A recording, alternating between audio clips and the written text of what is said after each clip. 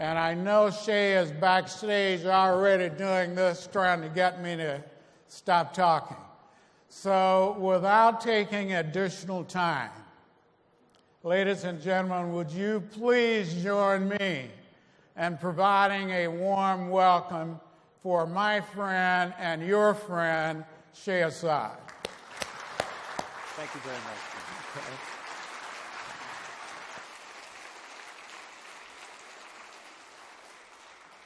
Good morning, everyone. You know, hi, Pat. Those folks who know Frank know that really was his short version of doing something. Right? But it's really a pleasure to be here and to talk about something that is near and dear to my heart and obviously very important to you. That's why you're here. And, you know, you get reminded every day about what the public and the taxpayers expect of the government folks, right? I got the USA Today, and right on the front page is the department being criticized for spending $28 million for uniforms, right? I mean, it's right on the front page. And in this particular case, it really was talking about the folks that have the most difficult job, I think, of all of us in this profession, and that is the soldiers, sailors, airmen, Marines, and the civilians on the battlefield trying to buy things to support our warriors in battle, right? I mean, it's about it. That it doesn't get any harder than that. And they do a great job at it, but it's just a constant reminder that, you know, we are under the microscope. And that's okay, right? We really should be, because we're spending the taxpayers' money. What I'm going to talk about today are really three things. I'm going to talk about the environment that we're presently operating under. I'm going to talk about some views of leaders that I think have really influenced not just the department, but influenced me especially. And then thirdly, I'd like to talk about where I think the whole issue of pricing is going, and whether I think it's going to remain a centerpiece of what it is that we're doing, or what's going to happen. The first is the present administration, right? In a way, we're very fortunate to have a commander-in-chief who actually knows what we do for a living, right? He has spent a good part of his life negotiating contracts or negotiating deals. So he understands it. And if you've read any of his books, you would find out that a number of the things that we do in the department every day are really principles that guide him in terms of, quote unquote, getting a good deal, right? One is you need to understand who's got the leverage. And if you don't have the leverage, you better find it, right? That's one of his principles. Another very important thing that he talked about, which is what we do as a profession. In fact, it was the singular thing that he said that he admired most about his dad, and that was in a business environment, and that was his dad understood more about what it cost the people he was dealing with than they did. And that's what pricing is all about, right? Understanding what is a fair price to pay. Another thing that he talks about is competition and the need for competition. So these are all principles that you know, in terms of doing what I do for a living and what many of the people in this room do for a living, I mean, you know, it couldn't get any better than that in terms of having a commander-in-chief who actually understands what it is that we do and understands the fundamentals of how we do it. So it's a unique situation to have a businessman with that kind of those kinds of skill sets leading the country, right? I mean, for us as professions, I think it's a great opportunity because he understands how difficult it is to do what we do for a living. the thing that you've heard a lot about these days, and some people have talked about, well, you know, it's taken the administration a while to get people in place. The reality is it really isn't much different than any other administration. I mean, the fact of the matter is I was the acting Undersecretary, either Deputy Undersecretary of Defense for Acquisition or the Assistant Secretary of Defense for Acquisition for 21 months in the last administration. So it's, you know, there'll be good people coming forward. I'm absolutely convinced of it. And, you know, it just takes time to get through that process. Anybody who's been through it or who has had an opportunity to just watch it in action, and I have, just tells you it just takes time to get it done. But, you know, in terms of the department, I think we're just moving forward.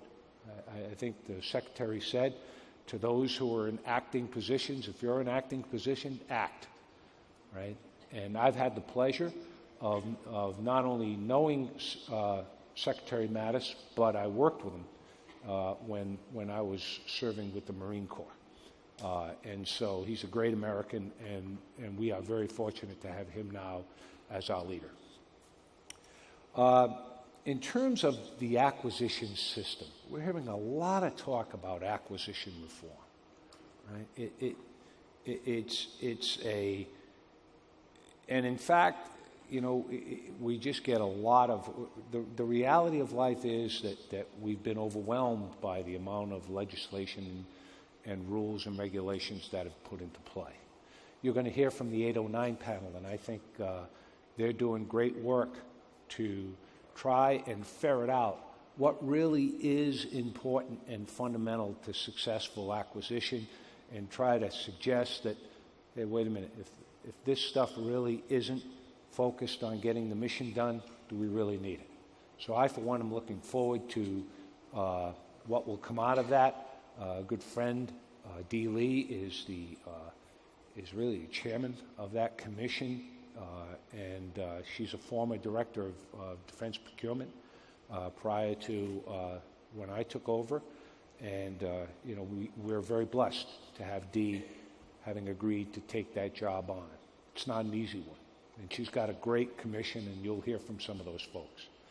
But in terms of the acquisition process, you know, the two people that have influenced me the most over the last, and I guess now it's 14 years of, going on 14 years of government service, right? Are Secretary Gates and Secretary Carter. Those are the two people that had the largest influence on me. And Secretary Gates has actually written a couple of books, and one of them specifically about his role as the Secretary of Defense. And in one of those books, he talks about the acquisition system. He talks about his first few years within the Pentagon. He was really focused on the war. Didn't spend a lot of time really focused on acquisition, but the second term, which was when President Obama came on board, right, to lead the nation, Secretary Gates had made a decision that he needed to get involved in acquisition. He needed to understand it. And so he talks about in his book, not that I've memorized it, but I'm pretty sure it's on the bottom of page 459, Secretary of War. You should read it. It's a great read. What he says is, you know, they've filled rooms as large as this with all of the studies and recommendations that people have made about the acquisition system and what we should or shouldn't do. And he said, you know, he talks about a meeting that he had with Ashton Carter, who, from my perspective, is the greatest leader I've ever worked for, Ashton Carter. He talks about his discussion with Ash about what are the fundamentals of a good acquisition system. What do we need to do? It was in the 2009 timeframe. 2010 timeframe that they were discussing this. And they concluded that there were really only 5 or 6 things that if you did them and did them well, you probably would end up fundamentally on track in acquisition. The first was competition. Right? Have competition whenever you can have it. And he used the term real competition. In other words, not competition where you kind of split the pie, but real competition where there are winners and there are losers. In his mind, that is when American industry is at their very best. And I think he's right. And the reality of life is that in terms of the price we pay, when that is an important factor, the fact of the matter is, no matter how effective we are in a sole source environment, it just doesn't produce the same kind of a result that would be produced in a competitive environment. It's just the way it is. Right? So he said competition. Real competition, that's number 1. Number 2, freeze your requirement. Right? Yeah, right. We've all heard that, right? This is the order. Freeze your requirements. Stop changing things. Make a decision and say, that's what it is we're going to buy. And you know, the reality of life is we put that into play big time on tanker, right? I mean, we froze that requirement, and the Air Force, to their credit, has fundamentally gone now 5 or 6 years without changing. Right? Joint Strike Fighter, you know, is another program where you would think that the reasons why we had problems in development was because we were changing the requirement. That's not the case at all. Right? They really didn't change the requirement much on JSF. Right? There are a lot of other reasons why we had problems on JSF. But don't change the requirement. Now, the third thing he talked about, and this is the first time he talks about people. You have to have hard-nosed, tough government contract negotiators with sharp pencils. Tough, hard-nosed government contract negotiators with sharp pencils. Those sharp pencils are all about what it is we're talking about. Right? It's this whole issue of pricing. What should we pay for the goods and services that we're buying? First time he talks about people. He talks about that set of folks, the professionals in this room, and people like you, the 30,000 or so government contracting professionals, both military and civilian, in the Department of Defense. Right? And the fourth thing, he said, fly before you buy. That's all about JSF, right? And the problems on JSF really were that we were developing and buying the product at the same time. And you really shouldn't do that. We've seen program after program after program where we have paid a dear price when we use that type of acquisition philosophy. The fifth thing he talked about was program managers and PEOs.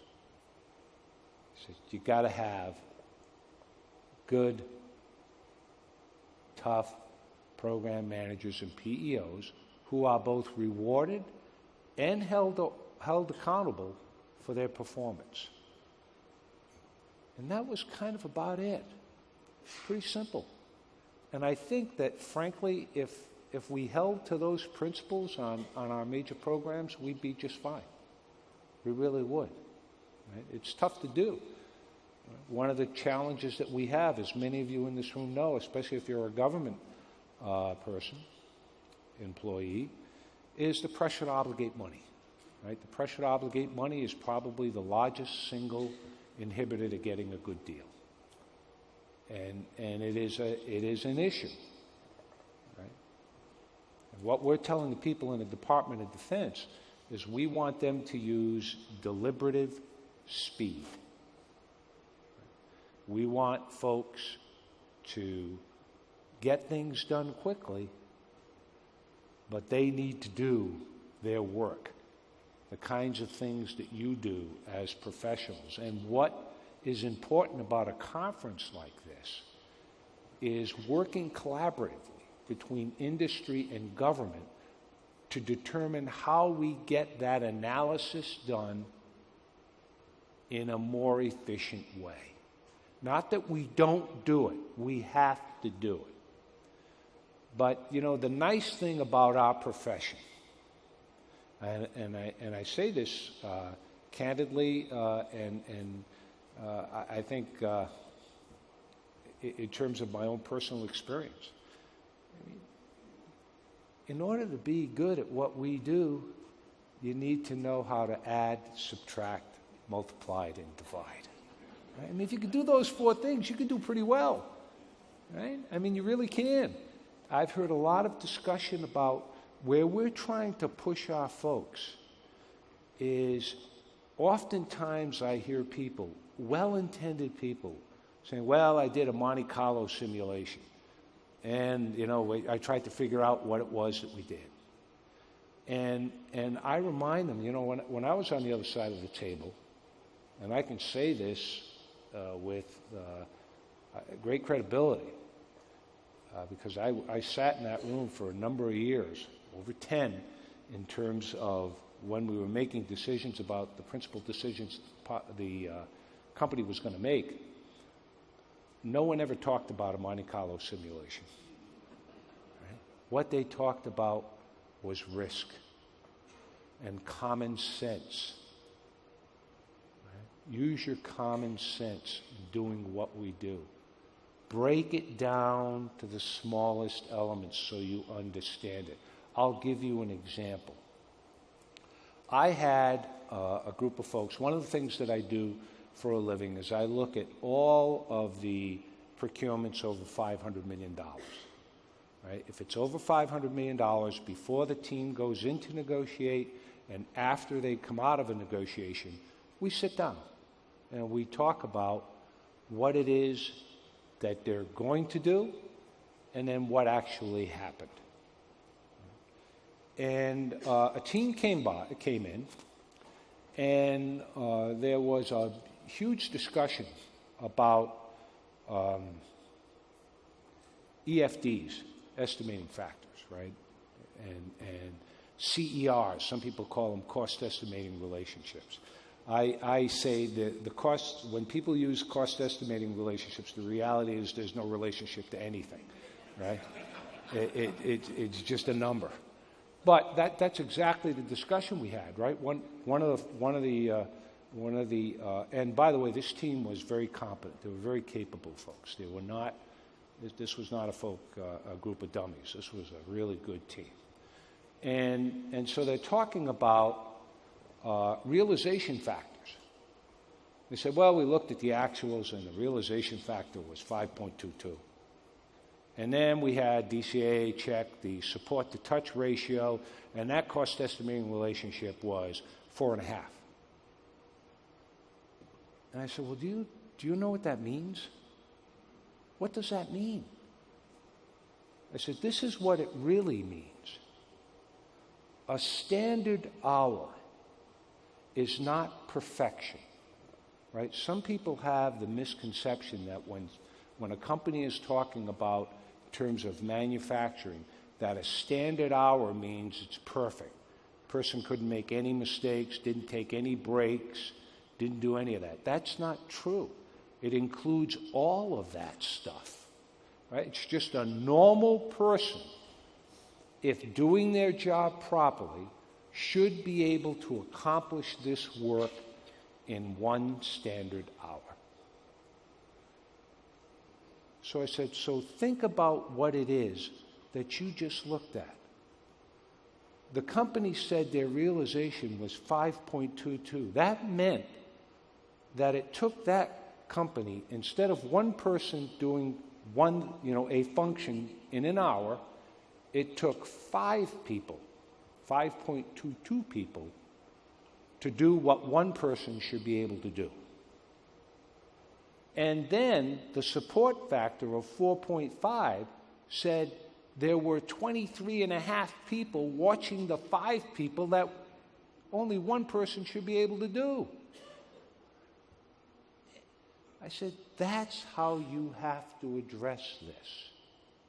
Because if you sit apart from your counterpart and you say, let me understand this. You developed this standard. Yup. And it should take a normal person an hour. Right. And it takes you people 5.5 or 5.22 hours to do that work. And then you've got 24 people watching the 5 people when it really should be only one person doing the work. When you get into that kind of a discussion, the other side kind of goes, gulp, right? Because even they can't defend it. It can't be defended, right?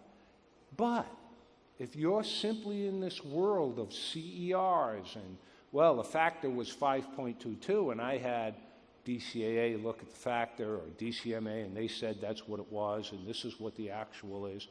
Well, wait a minute, right? What we're trying to do in the Department of Defense is say, why is it taking we got it, that the actual is 5.22, that it takes more than 5 people to do what it should take one person to do in an hour. We understand it, and we understand that that's what you're charging, right? And we understand that you've got 24 people watching the 5 people do what they do, when in reality, it should take one person an hour to do the job and maybe a half hour for someone to look at them. Right? We need to figure that out. Why is that happening? So when you hear of these course deep dives that we're going to be doing, and one of them is on Joint Strike Fighter, that's what it's all about. It's not about, well, here are my actuals.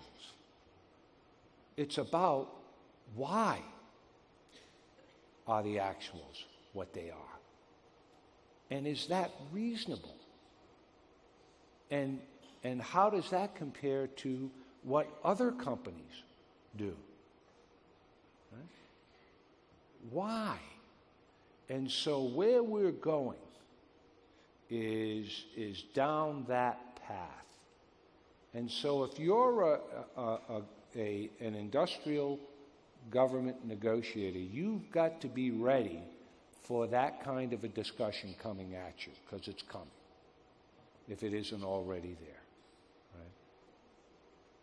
The reality of life is we have a whole new workforce being trained in a very different way, being asked to think about things in a very different way. You heard Al talk about critical thinking. It's about thinking. It's not about rote response. It's about thinking. And so where we're trying to push the workforce is think about it. Use your judgment. And, if you did the analysis and you thought about it, and you came to a conclusion and someone else has a different conclusion, don't worry about it. As long as you could say, no, I examined the information based on my personal judgment. This is why I concluded what I concluded. Well, that's okay. Right? There's no right or wrong answer in what we do for a living, because it's hard to do what we do for a living. When somebody says, well, what we want you to do is price for us what something's going to cost in 15 years and you haven't designed it yet. Right? That's hard to do. That's really hard to do. And on the other hand, it's very difficult for someone who is in a sustainment command, who's trying to buy parts for an existing piece of equipment, and they don't have any type of information other than what they have been paying that particular company for that product. So they don't know. And so what we're trying to do is create things like DCMA's Government Pricing Center, right, the Commercial Item Pricing Center, to expand our knowledge base. Now, I want to make sure that you understand how, and we're looking at commercial items versus sole source military items. Right? If you're providing a sole source military item, if you're a company that's doing that, or if you're a government contract negotiator buying it, you're entitled to all of the information that the company has that could affect the price that you're going to pay. Not what they decided to use or they didn't use. It's all of the information that could have affected that discussion of price. That's what companies are supposed to provide to us. If it's a commercial item, what we really want to understand is, what do other people pay for that item? And given time and quantity adjustments, we'll pay what other people pay, right? That's what we'll do. The challenge for us, and frankly, Congress has made it much more difficult. They've done a lot of great things for us, but the world of commercial pricing has, or what a commercial item is, has become very, very difficult, right? And I think they're trying to help, but it's making it more complex.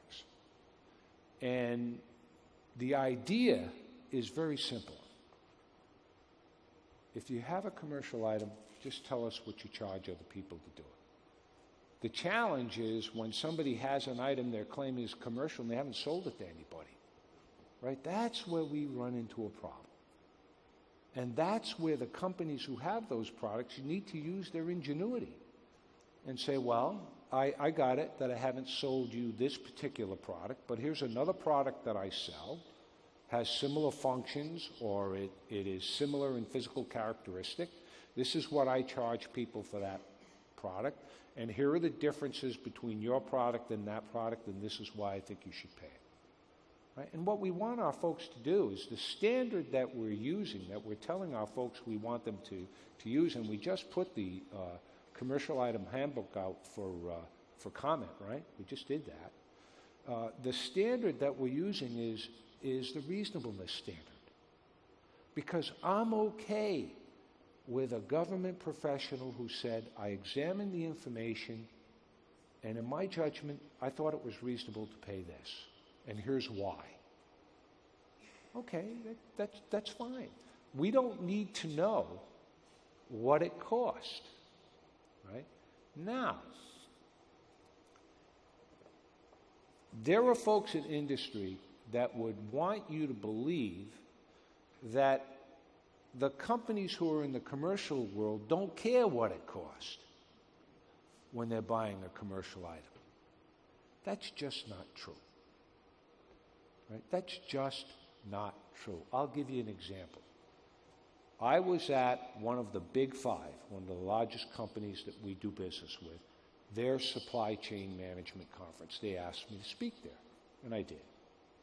And one of the people on the stage with me was the chairman and CEO of one of the largest manufacturers of commercial items that go into aircraft. In fact, there isn't an aircraft in the world that doesn't have product from this company on it somewhere.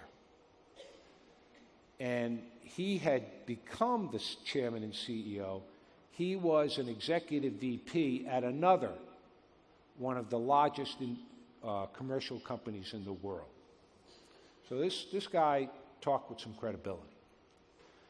And so the senior supply chain manager of the defense company said to, we were talking about commercial items, he turns to this CEO and he says, well, what is it that you do?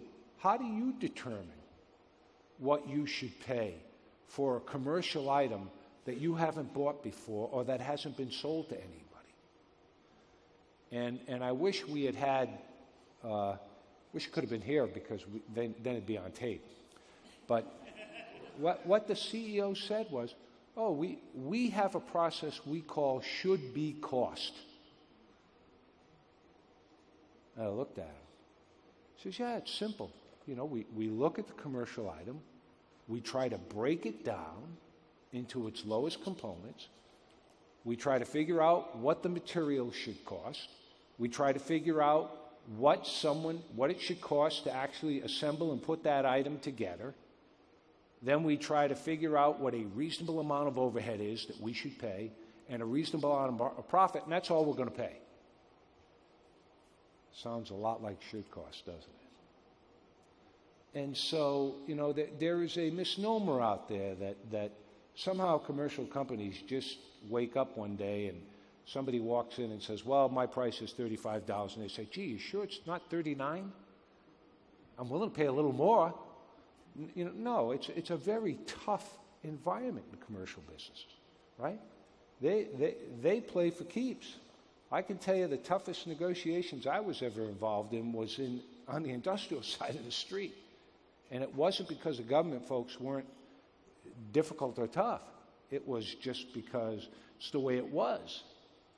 And so where I'm going with all of this is that we are not trying to go down the path of developing a should cost for every commercial item we want.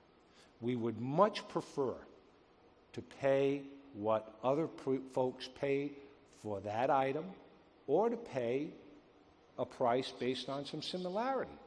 Here's a comparison of what it might be. Here's what other people pay for this kind of a function. Okay, is it reasonable? Sure, okay, that's okay. But what we don't want to do is get ourselves in a situation where we're in a corner. Right? And we have that in some cases, where companies just won't come forward and do the work that they need to do because they don't have a price that they've charged to other people. So they have to get, frankly, creative about, well, why should I pay whatever it is that you're trying to charge me? That's what we need. We need the companies to come forward and do that so that our people can use reasonable business judgment and get on with buying the product. That's really where we want to be. We don't want to be on the path of should cost, although ultimately we may be left with no choice, right? I mean, if a company just refuses to provide any information about why we should pay what we should pay. And so we're trying to work very hard with companies. I mentioned the Commercial Item Pricing Center. One of the things that we've done is we've started to sign advanced agreements with major commercial companies.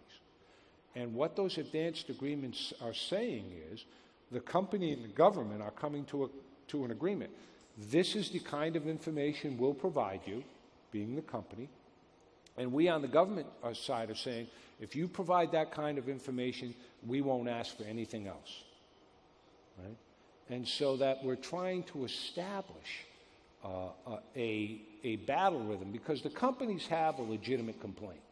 It is, they're dealing with 30,000 contracting officers. And I think about 8,000 of them deal in this commercial environment at some time or another during a year. And you can't deal with 8,000 different views, right? I mean, we really can't be in a mode of, well, I was selling this product to Navair, and this is what they said was reasonable. And then I went down to Wright-Patterson, and I provided that very same information to the folks at Wright-Pat, and they want more information. Right? We've got to be in a situation where companies can expect that they're going to be treated consistently. So that's one of the things that we're trying to do. I mean, that is absolutely a fair, I won't call it complaint, but an issue that the companies have. that they should be able to expect that we are consistent. And so that's one of the things that we're trying to do in terms of changing our mindset within DAU about how we're training people, and also in dealing with the commercial item handbook. Right? That it's a tough situation when you have a product that hasn't been sold to anybody else. And you know, we're spending a lot of time internally. You know, about 70% of what we spend in the department over the long haul is in the sustainment side of the business, right? We like to focus on the acquisition of the major weapon system, but the reality is, when you compare that to what it ultimately costs to maintain that product and to operate that product, it's about 30% of what it is. Give and take, you know, it goes up and down a little bit, product to product, but it kind of falls within that range typically. And the other thing that has changed remarkably, and you as a pricing professional on the industrial side of the street need to be aware of this. It used to be that a company would manufacture all of its printed circuit boards itself, actually build the raw boards, populate the raw boards, be able to put all of the components on the board and test it themselves. They would build all their cabinets. They had a fab shop, a fabrication shop, build all their metal and hardware. Wouldn't go outside for that. All the harnesses and cables would be made internally. Now, it is not unusual for us to have situations where the purchased material, and in the old environment I laid out for you, typically 70% of the product and the cost was inherent to the company that we were doing business with, and roughly 30% of it was outside, right, subcontracted stuff. That has completely changed. Now it is not unusual to have only 20% of the cost associated with the prime contractor and 80% of the cost associated with the suppliers and the material providers that we're dealing with. So that says if you're not focused on the supply chain, you don't have your eye on the right, you know, your eye's missing where all the dough is, right? You got to follow the money. We just reviewed a program where it was hard to believe, but it was true. 50% of the cost, the price we were paying, 50% of the price that we were paying was either an overhead of the prime contractor, a G&A of the prime contractor, or profit. So that says that if you don't know a lot about overheads and G&As and what makes up cost of money, you're probably missing the boat with that company. You can do all the research you want on touch labor, but you're not going to get at what it really get at what the price is unless you're focused on that. And so where the shift, the huge shift that we're making in the department is we're following the money, right? And you'll see that our ICATs, our integrated cost analysis teams, and Mr. Williams will be here this afternoon, and he was really my partner in establishing those at DCMA. He can talk to what that was all about, but they're spending a tremendous amount of time looking now at subcontracted materials. So if you're on the pricing side, on the other side of the table, you better know your bill of materials. And it's not what you paid. That is not what we're interested in. Because we know what we're paying for the stuff. What we really want to know is why does it cost what it costs? And that means you, as a professional pricer on the other side of the table, you better have people in your company who can answer that question. Because it's going to affect what we pay And just as importantly, it's going to affect your profitability. Because if you're not focused on the supply chain, and your view of life is it's cost plus a percentage of cost, you know, the material was what it was, and I negotiate 12%, and I load that on top of it. That's going to change. Those days are over, right? We want to say to the companies that are really managing the supply chain, hey, you know what? We used to pay you 12, but we're actually going to give you 15% because you're really getting after your supply chain. And the companies that are kind of just, the cost is what it is, well, I guess we don't want to pay you 12 anymore. Maybe we'll pay you 9. Right? We're going to distinguish between companies who are focused on reducing costs and companies that are not. And finally, I'd just like to talk about profit for 1 second, and then I'd like to leave about 20 minutes, Frank, for questions, if you don't mind. We're not looking to reduce the price of the products that we pay by reducing the negotiated profit. That is not where our primary focus is, right? Because the reality of life is, typically, the companies and the government folks are able to get through that and come to a reasonable agreement. What we're more interested in is what is the variability between what you priced and estimated versus what actually happened. And that's what we're stressing our contracting officers about. What happened? And it's not so that we can wring our hands about saying, gee, we negotiated 13% profit and the company made 18. That's not what this is all about. What we're trying to figure out is, why did that variation occur? Do you understand why it occurred, and have you done what is necessary so that it doesn't happen again? What we're not interested in is year over year significant variability between what's estimated and priced and what is ultimately realized. And that's hard. I know it's hard. It's not easy to do. But, you know, our view of life is if we're in a stable, mature environment, we should be able to do that within 3 to 4% year over year, right? We should have that pretty well knocked. If you're in a development environment, and as we talked about before, and you haven't got it developed yet, and you're trying to estimate what it's going to cost, then I fully do expect that there could be some variability. And the last thing I'll talk about is type of contract, right? The reality is we're not interested in jamming firm fixed price contracts down companies' throats. That's not where we want to be. We want to use the right contract type for the right situation. And in reality, most times you'll find us choosing to use a different type of a contract versus firm fixed price. Right?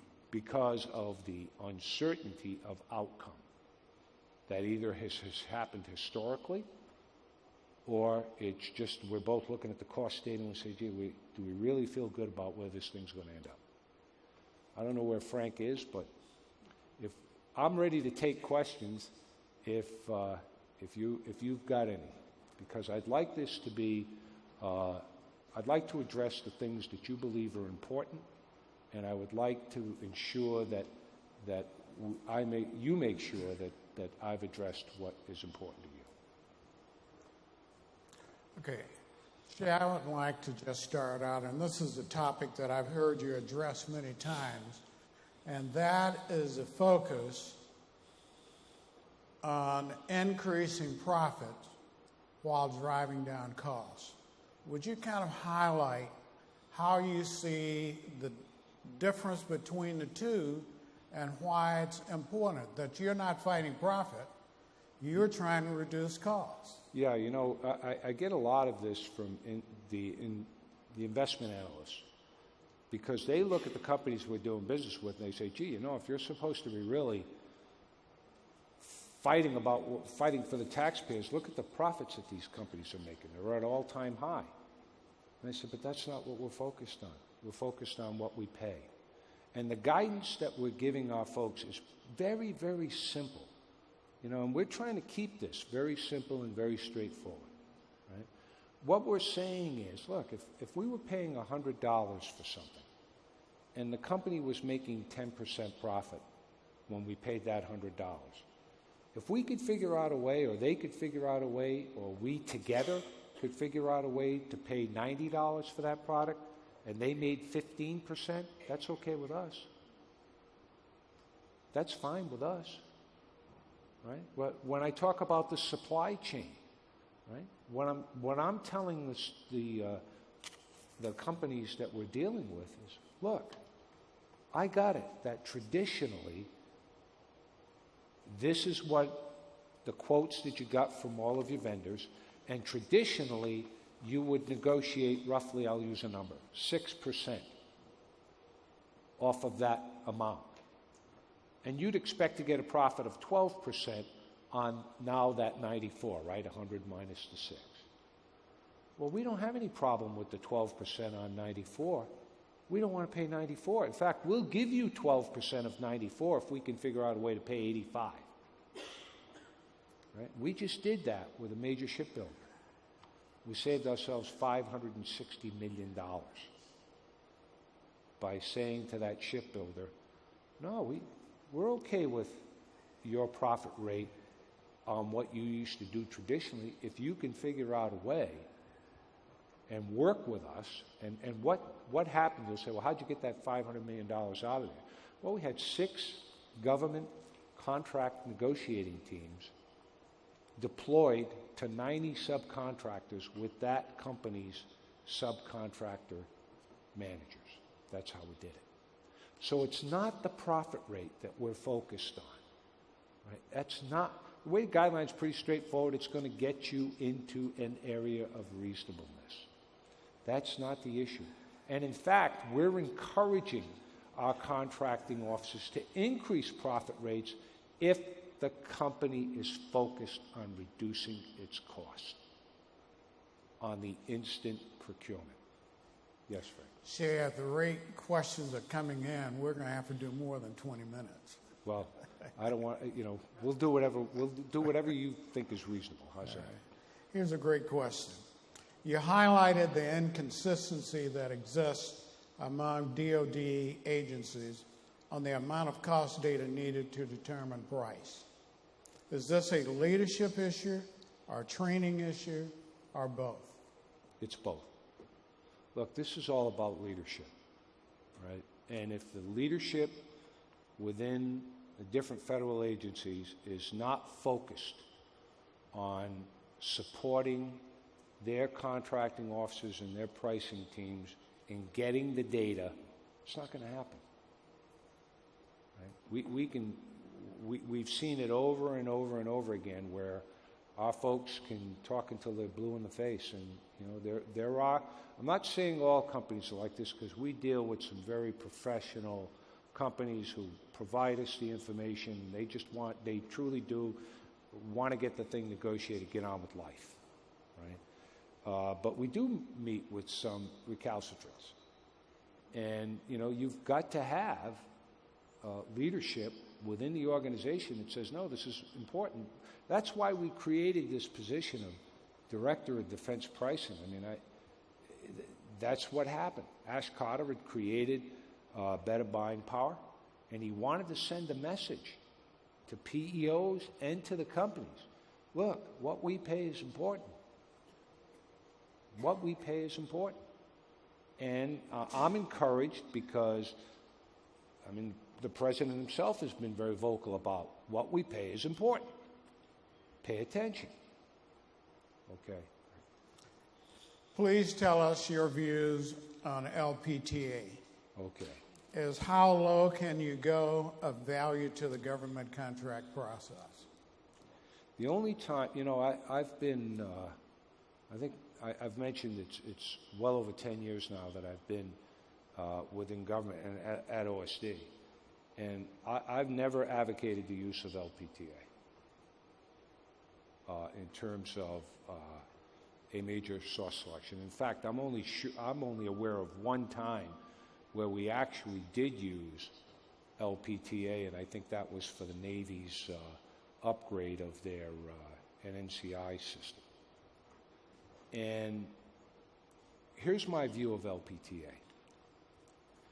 If you have a service, and I'll talk about services first because I think that's where this hurts a sensitive nerve, right? If you have a service that a number of companies can provide,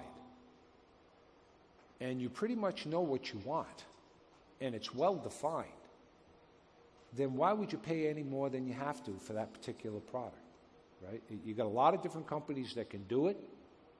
There's no way to really distinguish between the companies in terms of the service that you want. You know what you want. LPT, I mean, that's what commercial companies do. Why would you do anything different? Right? On the other hand, you know, what we are asking our contracting officers to do is, look, you got to identify whenever you can what the value equation is. Companies are entitled to know, well, what kind of premium are you willing to pay for this service, right? And what is it, how do I earn that? How do I become eligible for you to say, well, look, I'm actually willing to pay a premium if you can do the following. Okay, and how much are you willing to pay? Well, we want our people to tell folks that. So LPT, look, I think what people have done is they've confused the... I worked for 4 CEOs in the company that I was with over the 22 years or so that I was with the company I was with. I was never able to convince any of them that price wasn't important. I don't care what the criteria said. In their minds, price was always important. And the fact of the matter is, price is important. We shouldn't be ashamed, and we on the government side are not going to apologize for saying, look, price is a factor here, and it's an important factor, but it's not the only factor. And there are a number of source selections that we've had where, in fact, we've paid more than what the low bidder had submitted. I mean, that's happened. It happens over and over and over again.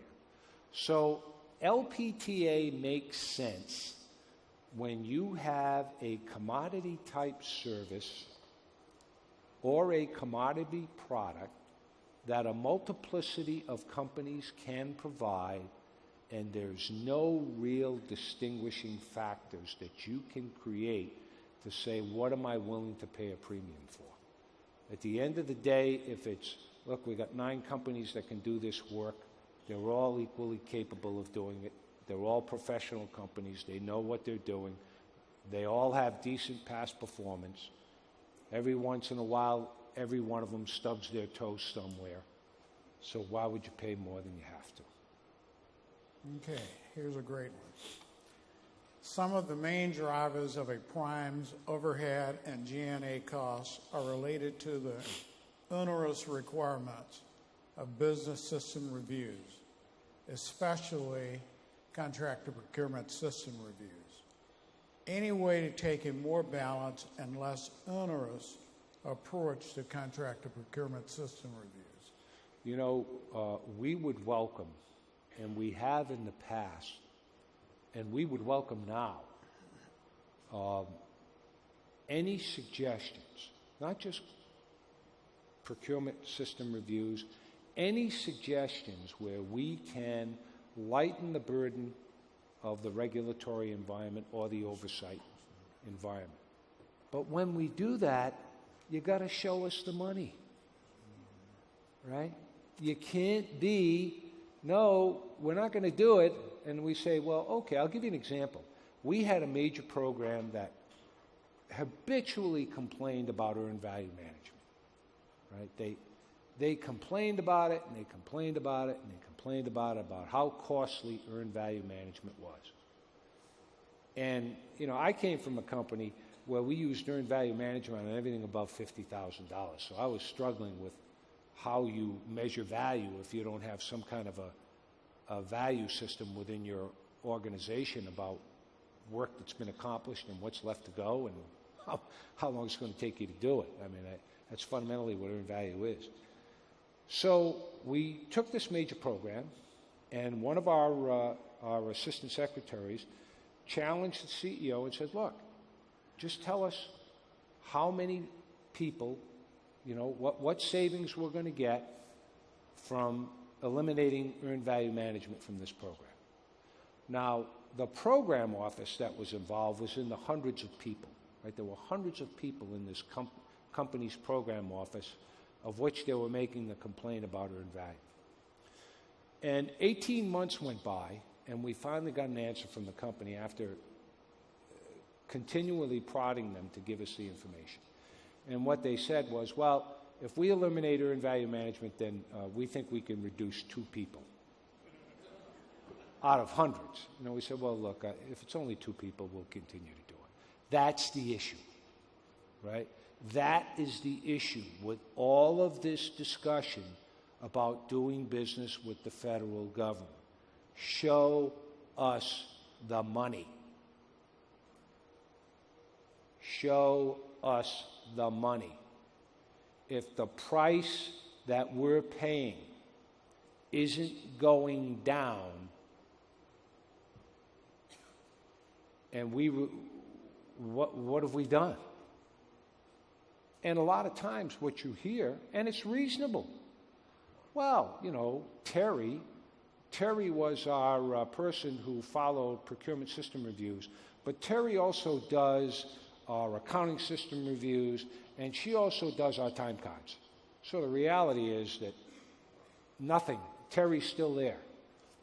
Well, look, at the end of the day, the only way companies save money is if they have less people, they buy less material. Those are the only 2 ways, or they get it done quicker. And if that's going to happen, then we want to share in that benefit. So we are completely open. And I know in the 809 panel, I'm looking for, in their relief of regulatory environment, what we're looking for is, okay, at the end of the day, where's the money? Yeah. Shay, I've got 2 questions here on the certified cost and pricing threshold. Yes. And they're really asking, do you believe that the threshold will be increased from the 750,000? And if you do believe that, when do you think it will potentially happen? I think there are environments where increasing the threshold makes sense. But the challenge is that when we increase the threshold, let's say that I'm buying a large aircraft. I could have hundreds of subcontractors who are in excess of the certified cost of pricing data threshold, right? Most of them well in excess of $750,000. So in that environment, you could see where it would make sense, right? Where you're dealing with literally 500 subcontractors to say, well, perhaps we can do some type of analysis to look at contractors less than $1 million or $2 million or whatever it might be. And we're actually doing some work out at Wright-Patterson to kind of look at this and say, what would the effect of that be? But here's the real problem that we need to think through as a community.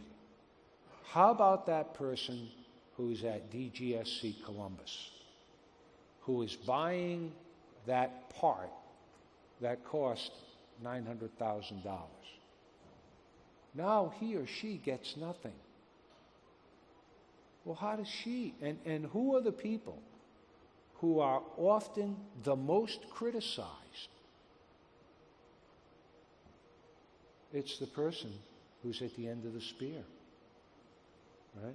It's the person who is buying the repair part who has no choice but to go to this particular company, right? Because we haven't competed it for whatever reason. So we need to find a way to provide relief when appropriate in some of these large procurements where we can do a variety of forms of analysis that DCA could say, look, we've done a sample or we've done a spectrum of this, we're pretty comfortable that this is low risk.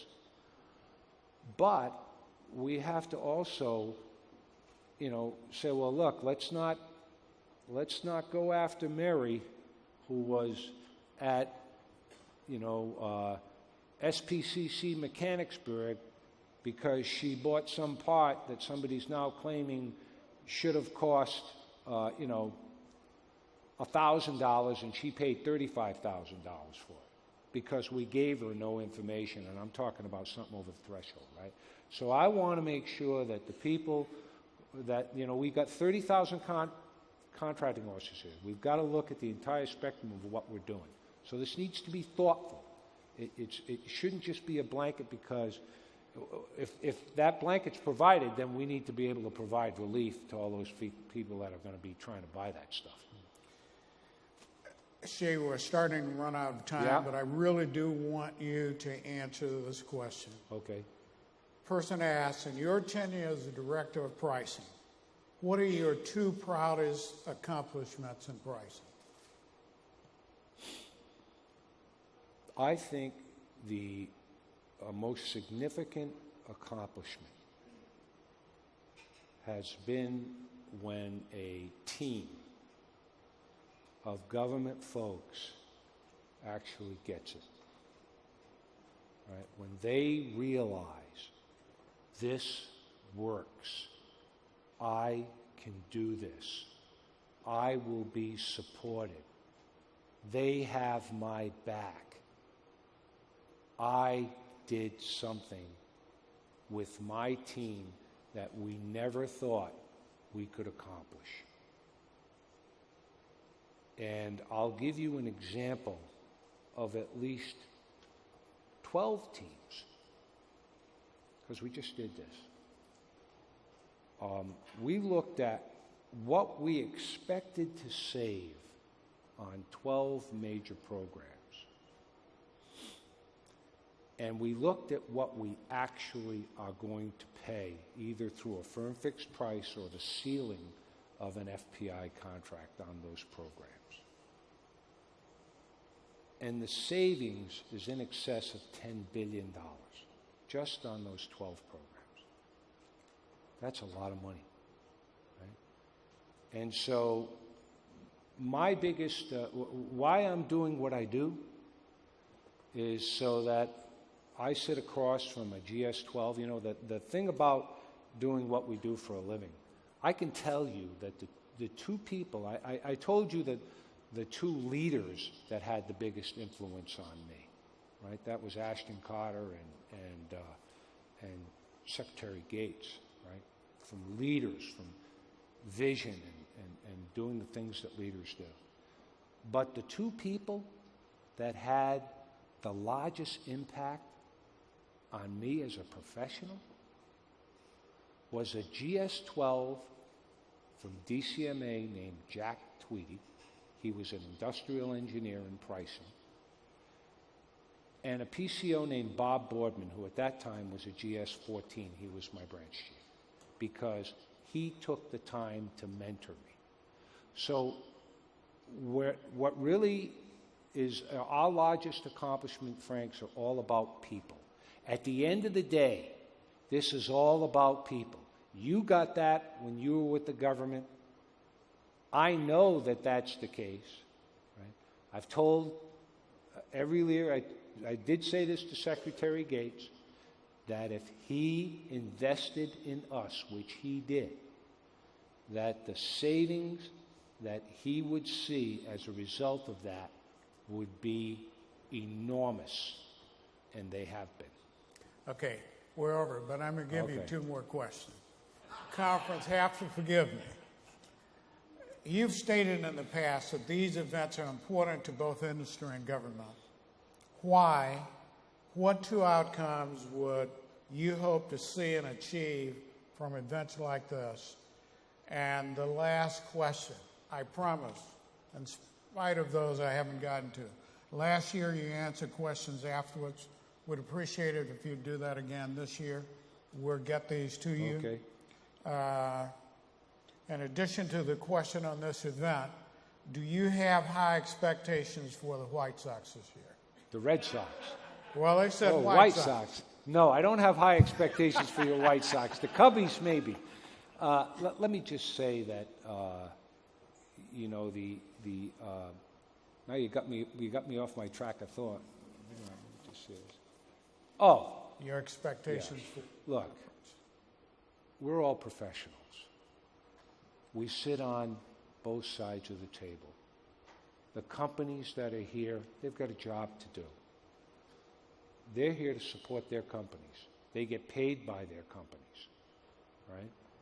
They're not here to do our job as government employees. They're there to do their jobs. On the other hand, right, the ultimate failure on both sides is when they can't reach an agreement, right?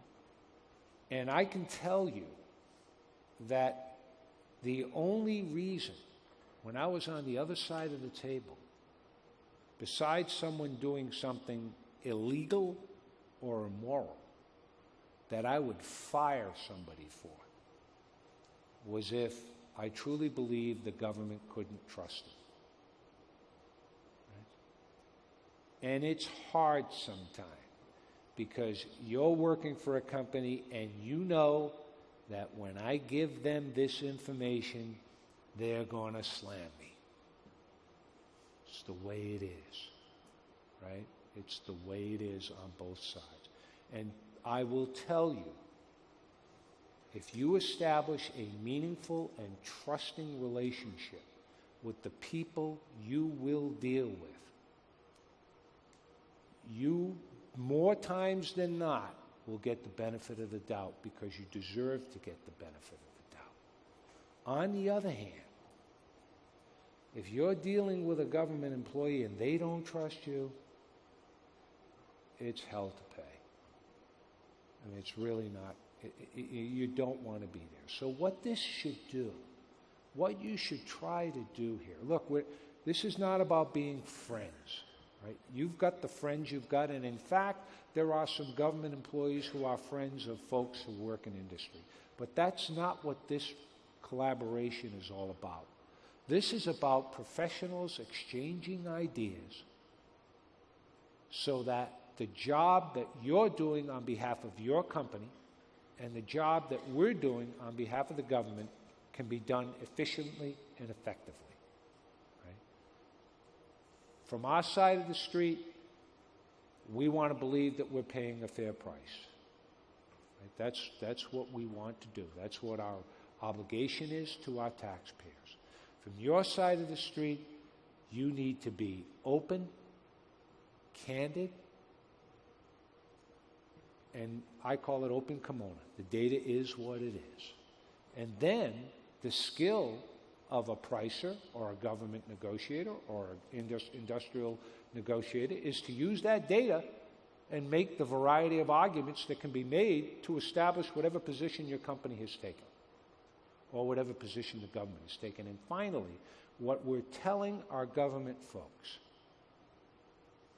we don't want them establishing positions that can't be supported by the data.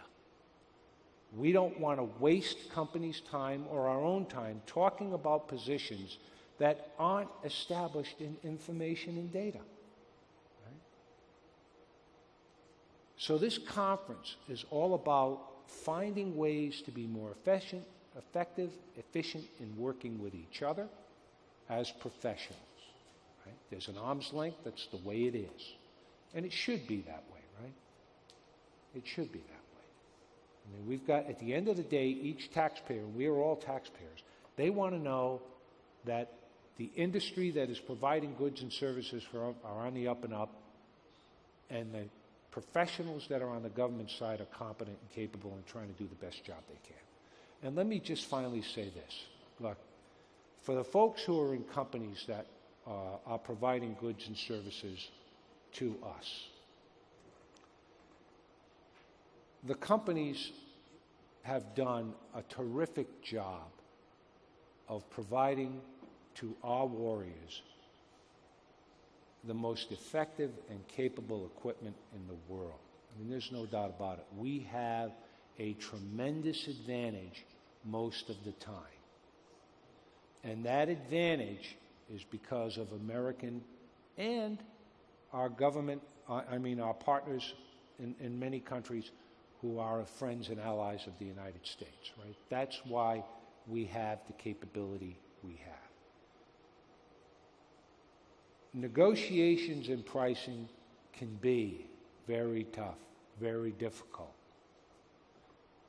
But it truly is just business, right? At the end of the day, if you've acted professionally in an arm's length way, you've done your job, then you know you can walk in the next day and continue to do it. You'll be respected for it.